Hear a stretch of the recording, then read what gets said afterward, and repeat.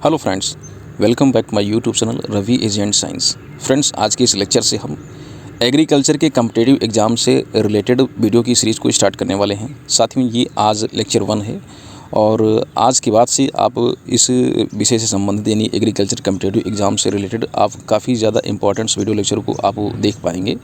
तो आज इस फर्स्ट लेक्चर में हम 50 इंपॉर्टेंट कुछ 50 जो है महत्वपूर्ण क्वेश्चंस हैं जो कि आपका वीट क्रॉप से रिलेटेड है और विभिन्न प्रकार की आपकी जो कम्पिटिटिव एग्जामिनेशंस हैं जैसे JRF, SRF या IRI या फिर आप UPSC जो एग्रीकल्चर है उसमें जो क्वेश्चंस पूछे जाते हैं वो क्वेश्चंस यहाँ पर जो है इंक्लूड किए गए हैं। तो आइए लेक्चर को स्टार्ट करते हैं और 1 बाय 1 जो भी इंपॉर्टेंट 50 हमने जो ऑनलाइनर यहाँ पर इंक्लूड किया है उनको डिस्कस करते हैं।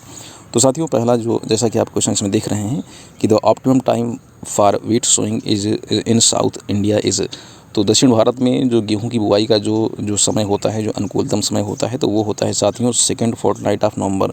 तो नवंबर को जो दूसरा पखवाड़ा होता है वो माना जाता है ऑप्टिमम सोइंग टाइम कहाँ पर, साउथ इंडिया का, दक्षिण भारत का।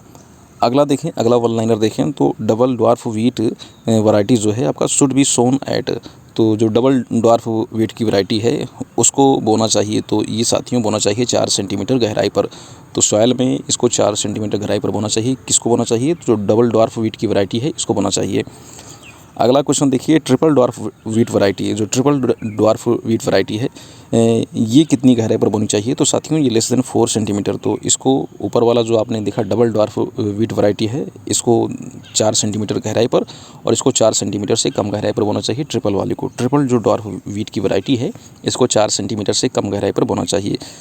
चलिए अगला क्वेश्चन देखते हैं। तो बड़ा कन्फ्यूजिंग टाइप के दोनों क्वेश्चन हैं, तो थोड़ा सा ध्यान से अगर आप पढ़ेंगे तो आसानी से समझ पाएंगे। अगला क्वेश्चन है question number 4, appearance of nodes and inter nodes in the feature of. तो नोड्स और इंटर नोड, तो पहले नोड और इंटर नोड को समझते हैं क्या है। तो नोड का मतलब होता है जो गांठें होती हैं, ठीक है। जैसे ये स्टेम है, इसका तना है, तो इसमें जो इस तरीके से गांठ पाई जाती है इसे नोड कहा जाता है। और दो नोड के बीच का जो एरिया होता है ये जो होता है इसे इंटर नोड कहते हैं। तो नोड और इंटर नोड का जो है दिखाई देना वो जो है आपका जॉइंटिंग स्टेज ऑफ वीट की जॉइंटिंग स्टेज के समय दिखाई देता है। तो जो वीट के स्टेम में, तने में जो गांठें दिखाई देती हैं, जो पर्व और पर्व संधियाँ दिखाई देती हैं, वो कब दिखाई देती हैं? तो वो जॉइंटिंग स्टेज में दिखाई देती हैं। गेहूँ जब जॉइंटिंग स्टेज में होता है उस समय दिखाई देती हैं। अगला क्वेश्चन देखें, primary root which support and nourish the plant. तो जो प्राथमिक जो जड़ें होती हैं जो कि इनिशियल फेज़ में प्रारंभिक अवस्था में गेहूं के पौधे को पोषण देती हैं, तो वो उन जड़ों को क्या कहा जाता है? तो एट इनिशियल स्टेज, तो जो शुरुआती अवस्था होती है उसमें उन जड़ों को सेमिनल रूट्स के नाम से जाना जाता है, उन्हें सेमिनल रूट्स कहा जाता है। तो याद रखिएगा, जो शुरुआत अवस्था में जब जर्मिनेशन होता है तो जर्मिनेशन के समय जो शुरुआत की जो जड़ें निकलती हैं उन्हें सेमिनल रूट्स कहा जाता है। तो इंपॉर्टेंट क्वेश्चन ये भी है। अगला क्वेश्चन देखें, question number 6, barley is more competitive to weed than wheat. तो जो बार्ले आपकी जो जौ की फसल है, तो जौ जो है बहुत ज़्यादा जो है प्रतियोगी फसल है वीट से दैन वीट। तो वीट से ज़्यादा जो है ये कम्पीट करती है कि कंपैरिजन में वीट की कंपैरिजन में ये वीट से ज़्यादा जो है कम्पिटेटिव जो है क्रॉप है। अगला क्वेश्चन देखें, अगला वर्नर देखें, तो कौन सी वैरायटी है which variety of wheat which is selective to 2,4-D where spike deformity occur. तो साथियों वो वैरायटी है आपका SD 2009, जिसे अर्जुन के नाम से भी जाना जाता है। तो ये वैरायटी है जो कि आपका 2,4-D के प्रति सिलेक्टिव होती है। अगला क्वेश्चन देखें, क्वेश्चन नंबर आपका 8, फील्ड वाइंड वीट यानी objectional weed of wheat is. तो जो गेहूं का जो है जो ऑब्जेक्शनल वीड होता है वो होता है कन्वोलुलस अर्वेंसिस जो है आपका, ये इसका ऑब्जेक्शनल वीड है। किसका? गेहूं का जो ऑब्जेक्शनल वीड है वो है आपका कन्वोलुलस अर्वेंसिस। अगला क्वेश्चन देखें, question number 9, wheat crop is harvested at. तो वीट की जो क्रॉप होती है वो किस समय इसकी कटाई करते हैं, किस समय इसको हार्वेस्ट किया जाता है? तो साथियों किया जाता है 28 से लेकर 30% जब ग्रेन में मॉइस्चर होता है तो उस समय इसको हम कट कर लेते हैं, इसको हार्वेस्ट कर लेते हैं। तो याद रखिएगा। अगला क्वेश्चन देखें, question number 10, in wheat most critical stage for irrigation. तो वीट में जो सबसे ज़्यादा जो क्रांतिक अवस्था होती है सिंचाई की, तो वो कौन सी है? तो वो साथियों है CRI stage, crown root initiation. जब क्राउन जड़ें जब इनिशिएट होती हैं, निकलती हैं, तो वो स्टेज जो है आपका लगभग 1 महीने के समथिंग का होता है। 21 दिन के बाद से लेकर के आपका 28 से 29 दिन तक आप कर सकते हैं, लेकिन 21 दिन माना जाता है। 21 से 24 दिन या 25 दिन ऐसा समय माना जाता है, तो 21 के बाद ही का समय होगा, ठीक है। 21 से लेकर 25-26 दिन तक मान सकते हैं। तो CRI जो क्राउन रूट इनिशिएशन होता है, उस समय जो है मोस्ट क्रिटिकल स्टेज है इरिगेशन की। आगे चलें, अगला क्वेश्चन देखें। Formula to calculate leaf area without planimeter in wheat is. तो बिना प्लानीमीटर के, तो प्लानीमीटर क्या है? प्लानीमीटर कैलकुलेट करता है लीफ एरिया को। तो बिना प्लानीमीटर के आप जो है कैसे लीफ एरिया को जो है आप कैलकुलेट कर सकते हैं? तो इसके लिए फार्मूला है एरिया इज इक्वल 0.7 जो कि आपका लेंथ इंटू विड्थ जो है आपका, ये इसको मल्टीप्लाई करेंगे तो मिलेगा। अगला क्वेश्चन है क्वेश्चन नंबर आपका 12, duration of Sonalika variety of wheat is. तो जो सोनालिका वैरायटी है, जो dwarf variety, semi dwarf variety है सोनालिका, तो उसकी ड्यूरेशन या उसकी अवधि कितनी है? तो साथियों ये 130 दिन की अवधि वाली जो है क्रॉप है, वैरायटी है। आगे चलें, नेक्स्ट अगला क्वेश्चन देखें, question number 13, nitrogen percentage in wheat protein is. तो जो वीट की जो प्रोटीन होती है, जो उसकी वीट की जो प्रोटीन है, गेहूं की जो प्रोटीन है, उसमें नाइट्रोजन का परसेंटेज कितना होता है? तो नाइट्रोजन परसेंटेज इसमें होता है 16%, 16%। तो गेहूं की जो प्रोटीन है, गेहूं की प्रोटीन में नाइट्रोजन परसेंट होता है 16% यानी 16%। अगला क्वेश्चन देखें, क्वेश्चन नंबर आपका 14, dwarf wheat variety showing depth is. जो ड्वार्फ वीट की वैरायटी है, मतलब जो बौनी गेहूं की किस्म है, तो उसकी शोइंग डेप्थ कितनी होती है? तो 5 सेंटीमीटर से जो है आपका कम होनी चाहिए। अगला देखें, lowest temperature at which there is no growth is observe in wheat is. तो जो लोएस्ट टेम्परेचर होता है, जिस पर जो है वो कौन सा लोएस्ट टेम्परेचर है जिस पर कि गेहूं की जो ग्रोथ होती है वो जो है बहुत कम देखी जाती है? तो 4 डिग्री सेल्सियस है lowest temperature at which there is no growth is observe in wheat. यहाँ पर इस टेम्परेचर पर गेहूं की कोई ग्रोथ ही नहीं दिखी जाती है, मतलब गेहूं की ग्रोथ रुक जाती है। तो वो कौन सा टेम्परेचर है? तो वो है 4 degree Celsius. 4 degree Celsius temperature पर गेहूं की कोई ग्रोथ नहीं होती है, कोई इसकी वृद्धि नहीं होती है। आगे चलते हैं, क्वेश्चन नंबर आपका 16, द फैमिली ऑफ बकवीट।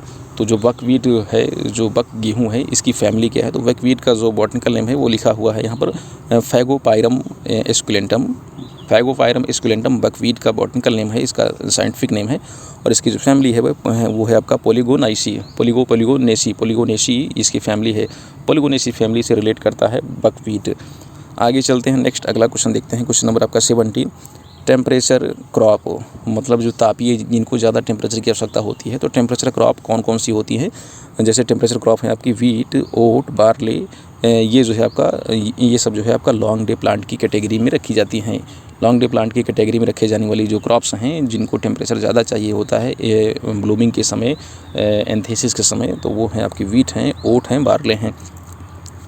आगे चलते हैं, अगला क्वेश्चन देखते हैं, question number 18, origin of buckwheat in. तो जो बकवीट है, बकवीट का जो ओरिजिन है वो है आपका चाइना बकवीट का ओरिजिन सेंटर माना जाता है। नेक्स्ट अगला क्वेश्चन देखें, question number 19, optimum LAI for wheat crop is 6 to 9। तो जो LAI क्या है, आप हमें कमेंट बॉक्स में बताइए, LAI का फुल फॉर्म क्या होता है। तो जो गेहूं के लिए जो अनुकूलतम LAI होता है, LAI को हम यहाँ पर बताएंगे नहीं क्या है, आप हमें कमेंट बॉक्स में बताइए कि क्या है LAI, इसका फुल नेम क्या है। तो ये होता है 6 से 9 होता है।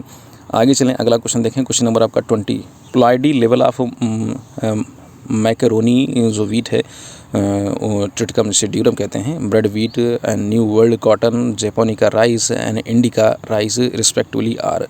तो ये सब जिनको पोलाइडी लेवल को जो दर्शाती हैं, जिसमें आपका मैक्रोनी आपका ट्रिटिकम ड्यूरम है, और आपका जो है आपका ब्रेड वीट है, न्यू वर्ल्ड कॉटन है, जैपोनिका राइस है एंड आपका इंडिका राइस, ये सब किस प्रकार के पोलाइडी लेवल को रिप्रेजेंट करती हैं।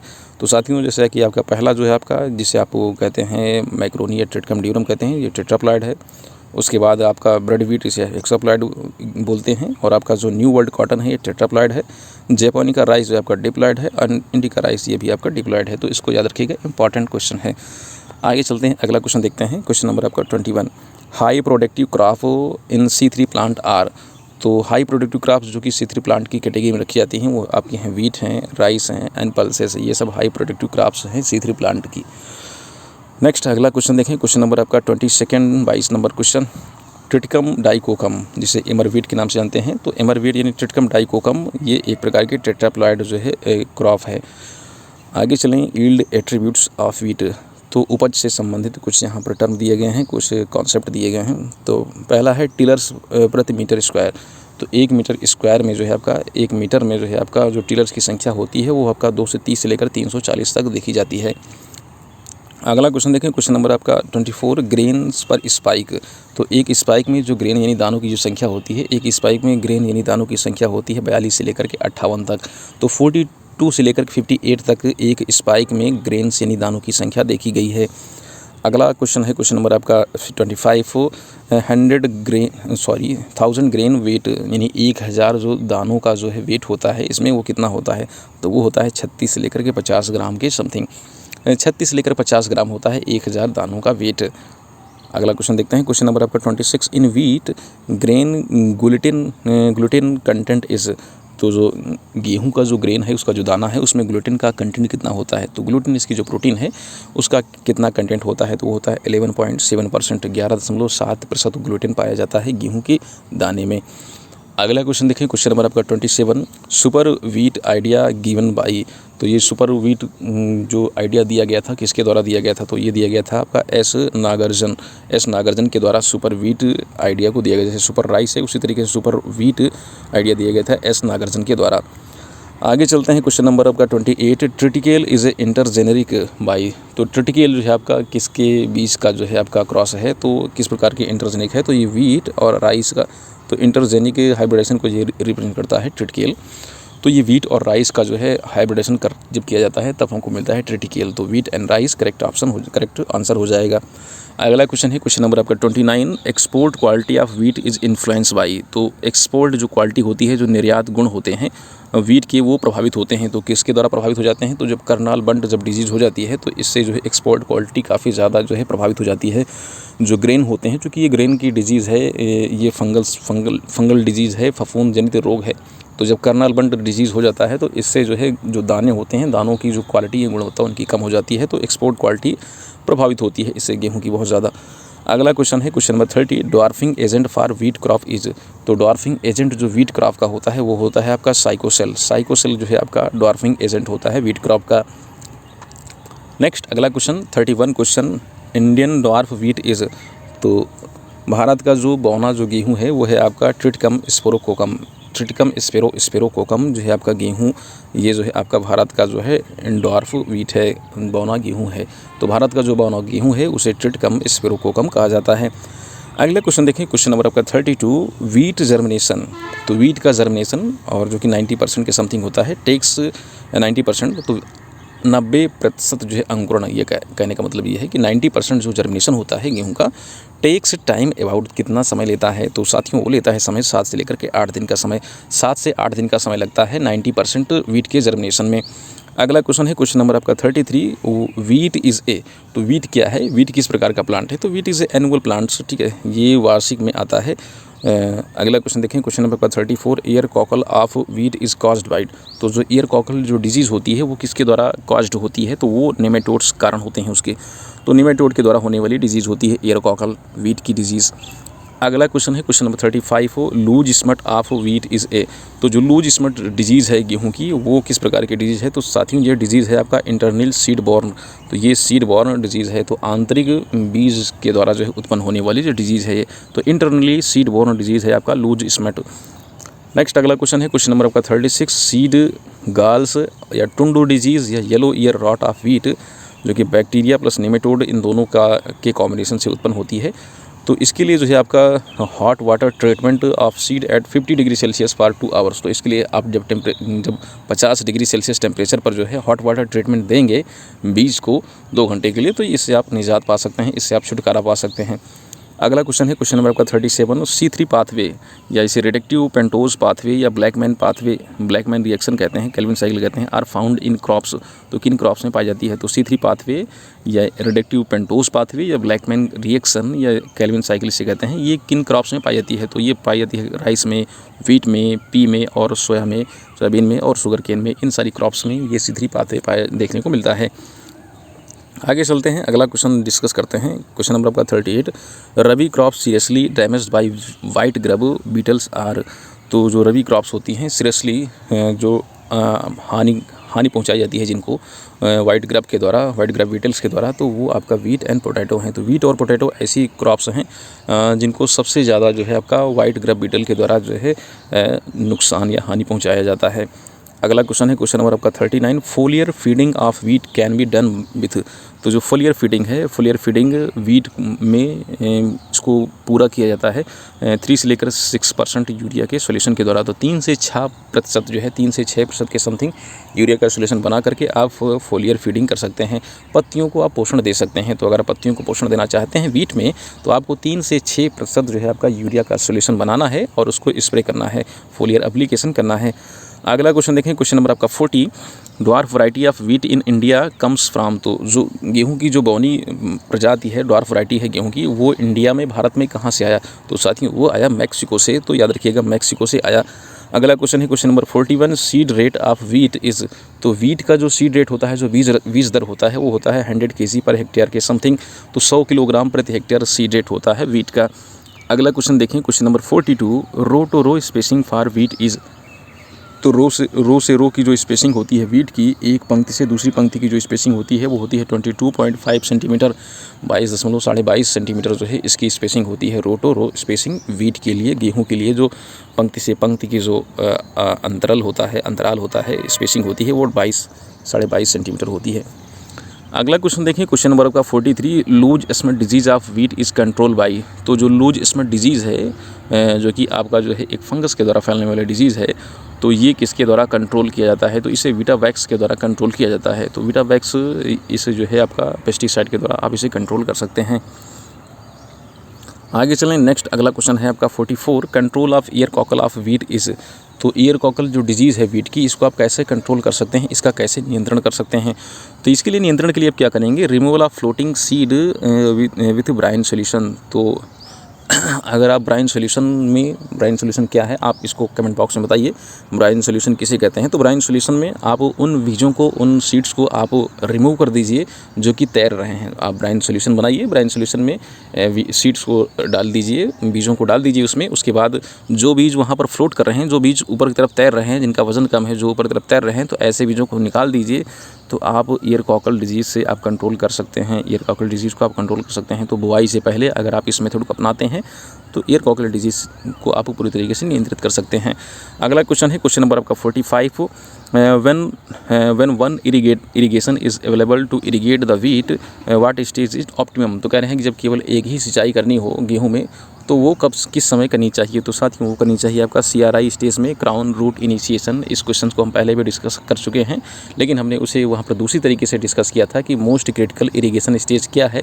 और ये कह रहे हैं इस क्वेश्चन में कि अगर एक ही सिंचाई करनी हो गेहूँ में, आपके पास एक ही सिंचाई की सुविधा है, तो आप किस समय पर करेंगे? तो वो साथियों करेंगे आप CRI स्टेज में, क्राउन रूट इनिशिएशन स्टेज में करेंगे।